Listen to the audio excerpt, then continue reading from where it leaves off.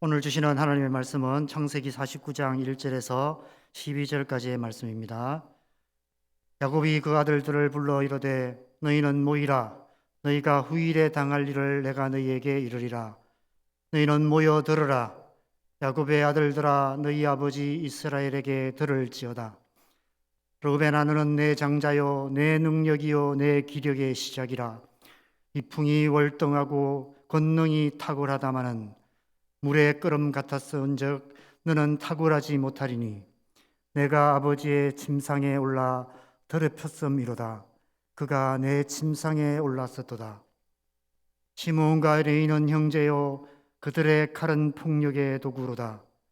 네오나 그들의 모의에 상관하지 말지어다. 내 영광아 그들의 집회에 참여하지 말지어다. 그들이 그들의 분노대로 사람을 죽이고 그들의 혈기대로 소의 발목 힘줄을 끊었음이로다. 그 노여움이 혹독하니 저주를 받을 것이요 분기가 맹렬하니 저주를 받을 것이라. 내가 그들을 야곱 중에서 나누며 이스라엘 중에서 흩으리로다. 유다야, 너는 내 형제의 찬송이 될지라. 내 손이 내 원수의 목을 잡을 것이요 내 아버지의 아들들이 내 앞에 절하리로다. 유다는 사자 새끼로다. 내 아들아, 너는 움킨 것을 짚고 올라갔도다. 그가 엎드리고 웅크림이 수사자 같고 암사자 같으니 누가 그를 범할 수 있으랴. 규가 유다를 떠나지 아니하며 통치자의 지팡이가 그 발 사이에서 떠나지 아니하기를 실로가 오시기까지 이르리라. 그에게 모든 백성이 복종하리로다.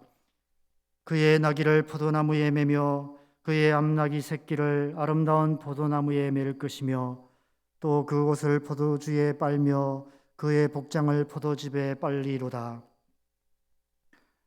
그의 눈은 포도주로 인하여 붉겠고 그의 이는 우유로 말미암아 희리로다. 아멘.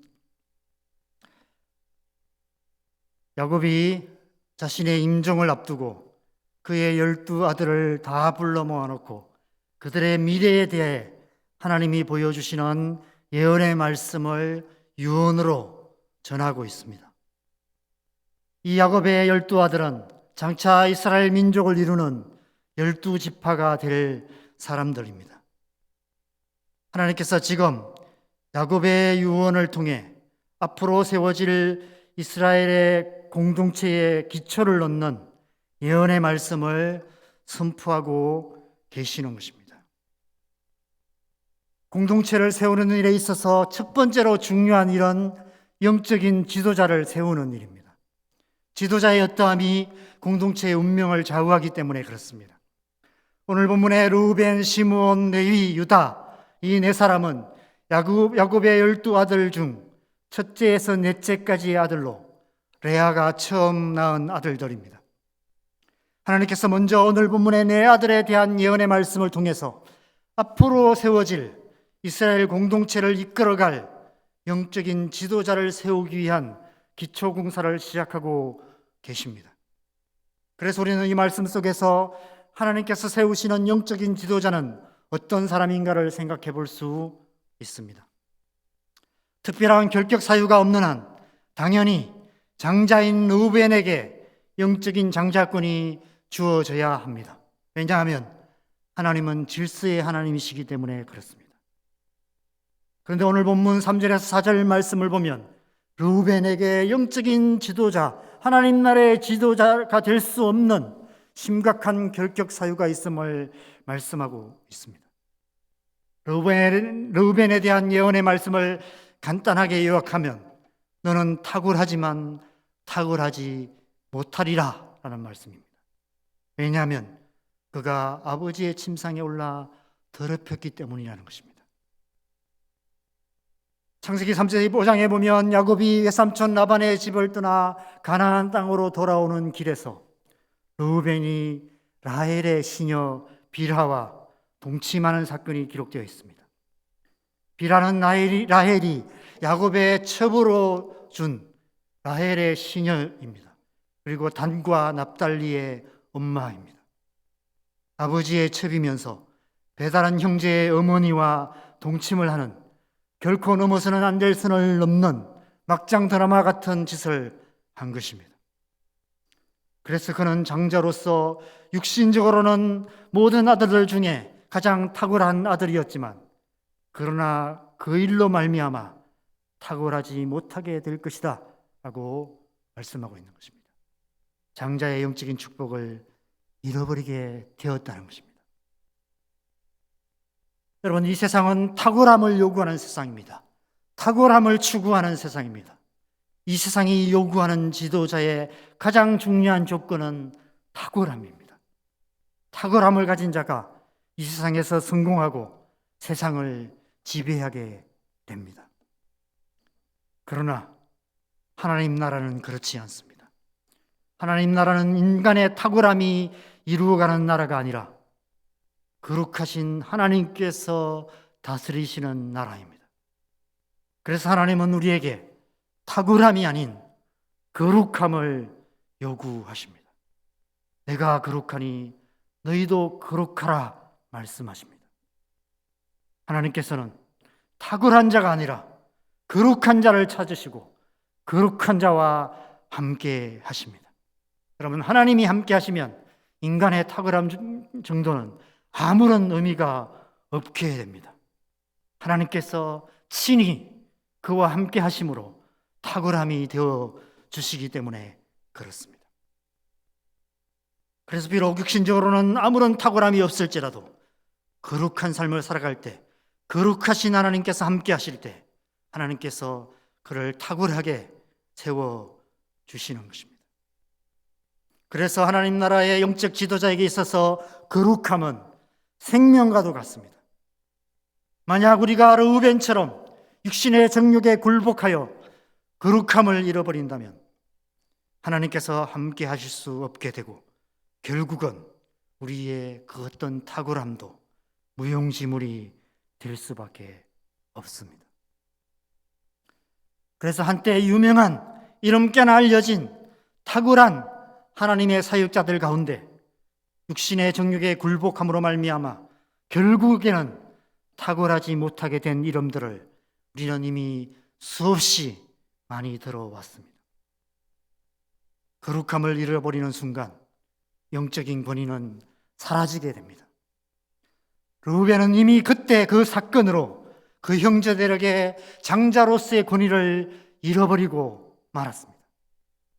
그래서 나중에 형제들이 요셉을 죽이려 할 때 르우벤은 반대했습니다. 그래서 어떻게든 그를 구하려 했습니다. 그러나 이미 장자로서의 권위를 잃어버렸기 때문에 그의 말은 아무런 영향력이 없었습니다. 다른 형제들은 몰라도 단과 납달리가 어떻게 자기 어머니와 동침한 르우벤의 권위에 순복할 수 있었겠습니까? 결국 그때 요셉을 죽음에서 구원한 것은 유다였습니다. 만약 그런 르우벤에게 장자권이 주어진다면 어떻게 될까요? 그것을 잘 사용하기보다는 오히려 더 큰 비극을 낳았을 것입니다. 다른 형제들의 인정을 받기 위해 발버둥치며 하나님의 말씀이 아닌 사람의 뜻을 따르는 사람의 종이 되었을 것입니다. 아니면 자신의 인간적인 탁월함을 내세워 연약한 자들을 압제하는 세상의 지도자들과 똑같은 그런 지도자가 될 수밖에 없었을 것입니다. 거룩함이 없는 탁월함은 오히려 재앙이 될 뿐입니다. 이 세상을 어지럽게 만들고 하나님 나라의 역사를 회방하는 결과를 낳을 뿐입니다. 오늘날 이 세상이 어지러운 것은 르우벤 같은 사람들이 득세하는 세상이기 때문인지도 모릅니다. 탁월함이 아닌 거룩함을 추구하는 저와 여러분 되시기를 바랍니다. 하나님은 거룩한 자를 찾고 계십니다. 르우벤이 장자권을 받을 수 없다면 그 다음은 질서상 당연히 시므온과 레위에게 장자권이 주어져야 합니다. 그런데 오늘 5절과 7절 말씀에서 야곱은 시므온과 레위를 한꺼번에 싸잡아서 폭력의 도구다라고 말하며 그들이 분노대로 사람을 죽였다고, 그래서 저주를 받을 것이다라고 말씀하고 있습니다. 창세기 34장에 기록된 세겜에서 있었던 사건 때문입니다. 야곱의 딸 디나가 히족속 하몰의 아들 세겜에게 강간을 당하는 사건이 일어납니다. 디나는 레아가 낳은 딸로 시므온과 레위의 친여동생입니다. 아마 시므온과 레위이 이 하나밖에 없는 여동생을 정말 끔찍히도 아꼈던 것 같습니다. 그래서 시므온과 레위가 그 일로 인하여 분노합니다. 그래서 레위 족속의 모든 남자들을 다 전멸시켜 버리는 잔혹한 일을 행하고 말았습니다. 그래서 7절에 그 노염이 혹독하고 분기가 맹렬하였다라고 말씀하고 있는 것입니다. 이 사건은 야곱의 인생의 수많은 고난과 위기들 중에서 가장 큰 위기의 사건입니다. 야곱의 12아들로 구성된 이 애굽에 들어올 때 70명이 들어왔다는 이 작은 시족 공동체에 불과한 그들이 가나안 그 족속들의 원수가 되는 사건이 일어난 것입니다. 만약 가나안의 다른 족속들이 보복을 하기로 결정한다면 야곱의 이 가족들은 하루아침에 멸족당하고 말았을 것입니다. 시므온과 레위의 그 무절제한 분노가 공동체를 멸망의 위기로 몰아넣는 그런 사건이 일어나게 만들었다는 것입니다. 여러분, 영적인 지도자에게 있어서 첫 번째로 중요한 것이 거룩함이라면 그 다음으로 중요한 것은 성품입니다. 예수님께서 나의 멍에를 메고 내게 배우라고 말씀하신 온유하고 겸손한 하나님의 성품을 가진 자가 영적인 지도자입니다. 왜냐하면 지도자는 그 위치와 역할에서 다른 사람에게 상처를 입히기 쉬운 그런 위치, 그런 역할을 해야 되기 때문에 그렇습니다. 그래서 자칫하면 오히려 지도자로 말미암아 공동체가 깨어지는 일들이 일어날 수 있다는 것입니다. 지도자의 작은 한숨 소리가 하늘이 무너지고 땅이 꺼지는 소리가 되어 백성들의 마음을 무너뜨릴 수 있습니다. 지도자의 무심한 눈빛과 가시돋친 말 한마디가 날카로운 화살이 되어 회복할 수 없는 치명적인 상처를 남길 수 있습니다. 오늘날 이 땅에는 교회의 영적 지도자들에게 상처받아서 이 교회 저 교회에 떠돌아다니는 목자 이런 양 같은 상처 입은 영혼들이 얼마나 많은지 모릅니다. 여러분, 분노라는 것은 불의에 대한 합당한 반응입니다. 그래서 그것을 잘 조절하면 하나님의 공의를 이루는 도구가 됩니다. 그러나 그것이 쉽지가 않습니다. 그래서 때로는 그 분노가 다이나마이트처럼 폭발하여서 공동체를 산산조각 낼 수 있습니다. 하나님의 사역자에게 있어서 분노를 잘 조절하지 못하는 것은 치명적인 약점이 되는 것입니다. 시므온과 레위, 이 두 사람이 가나안 한 족속을 전멸시킨 사건은 이 세상의 가치로 보면 굉장한 사건입니다. 이 두 사람 정말로 용맹한 사람들입니다. 그들은 이 세상이 필요로 하는 용맹한 지도자감이라 할 수 있습니다. 그러나 여러분, 하나님 나라는 용맹한 지도자의 칼날에 의해서 정복되는 나라가 아닙니다. 산상수훈에서 온유한 자가 땅을 차지하리라 말씀하시는 것처럼 하나님의 나라는 온유한 자의 나라입니다. 하나님의 성품을 가진 자, 그런 자가 땅을 차지하게 될 것입니다. 하나님은 하나님의 성품을 가진 자를 통해 하나님 나라를 이루시고 하나님 나라를 다스리시는 분이십니다.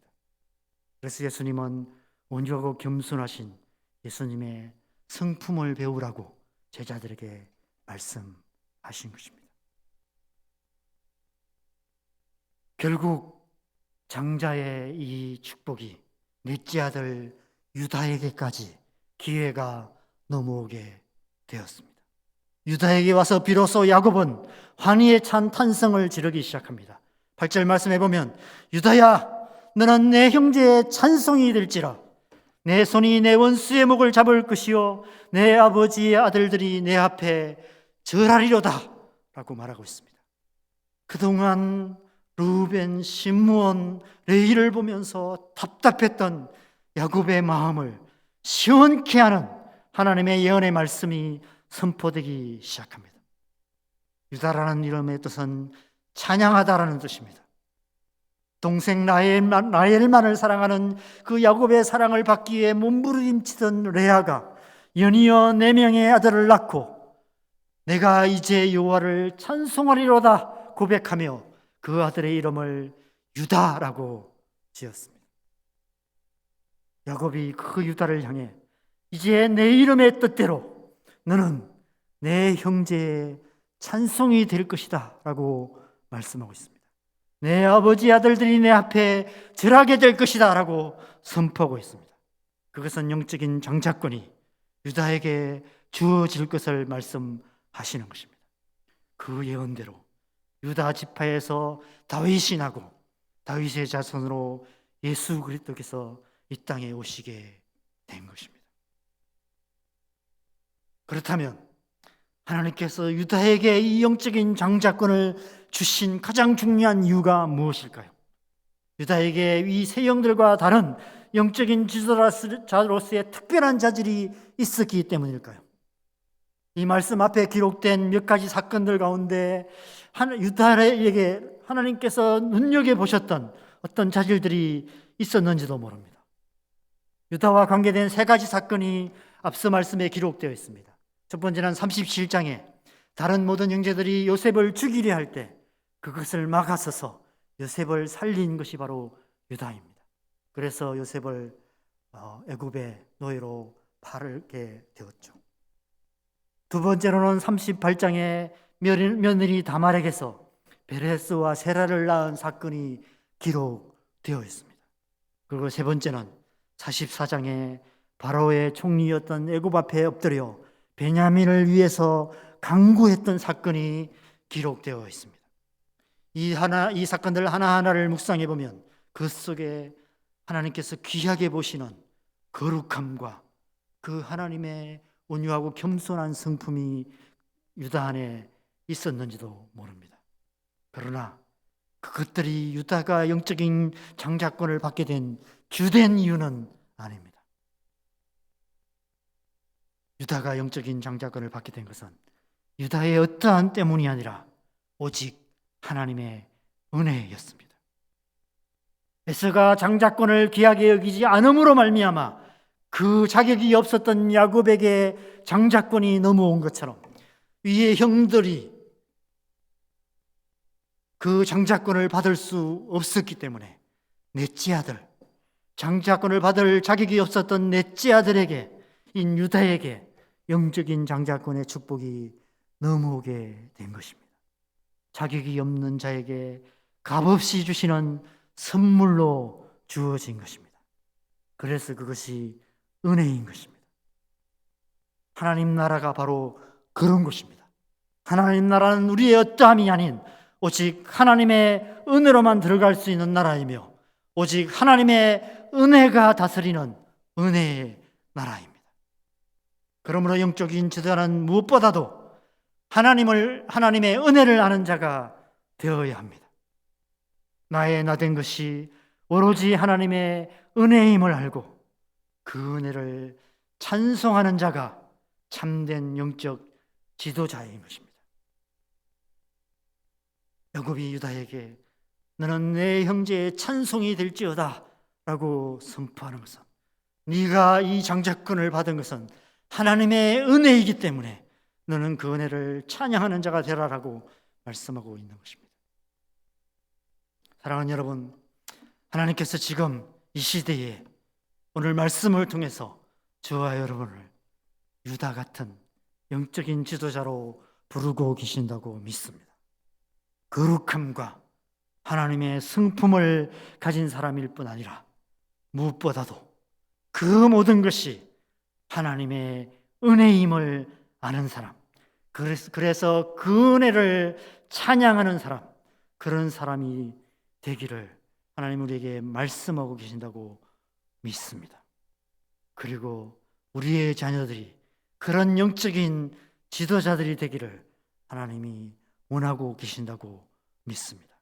그래서 우리를 통해, 우리의 자녀들 통해 이 땅의 역사 가운데 하나님 나라의 역사를 이루시기를 원하신다고 믿습니다. 오늘 이 말씀을 우리의 마음에 새기고 거룩함을 추구하며 하나님의 성품을 배워가며 무엇보다도 하나님의 은혜를 알고 하나님의 은혜를 찬양하고 예배하는 예배자의 삶을 통해서 이 땅 가운데 하나님 나라를 이루어가는 영적인 지도자로 살아가는 저 여러분 되시기를 주님의 이름으로 간절히 축원합니다. 함께 기도하시겠습니다. 하나님 아버지, 우리를 그리고 무엇보다도 우리의 자녀들을 이 시대에 하나님 나라의 영적인 지도자들로 부르시고 그러한 자들로 세우시기 원하시는 것을 감사합니다. 이 세상은 탁월함을 추구하고 용맹을 요구하고 또 무엇보다도 자신의 능력을 높이는 그러한 세상입니다. 그러나 하나님, 우리를 이 세상 속에서 거룩한 하나님의 백성으로 부르시고 하나님의 성품을 가진 자로 부르시고 무엇보다도 하나님의 은혜를 아는 자로 부르시는 것을 감사합니다. 우리가 그러한 자들이 되어서 이 시대에 하나님이 쓰시는, 그래서 하나님 나라를 이루어가는 그런 하나님의 사람들로 설 수 있도록, 그러한 자들로 살아갈 수 있도록 은혜 더하여 주시옵소서. 무엇보다도 우리의 자녀들이 이 세상이 요구하는 세상의 지도자가 아니라 하나님이 찾으시는 영적인 지도자가 되어서 이 마지막 때에 하나님 나라의 역사를 이루어가는 하나님이 쓰시는 사람 되게 하여 주시옵소서. 그렇게 하실 주님을 기대합니다. 찬양합니다. 예수님의 이름으로 기도합니다. 아멘.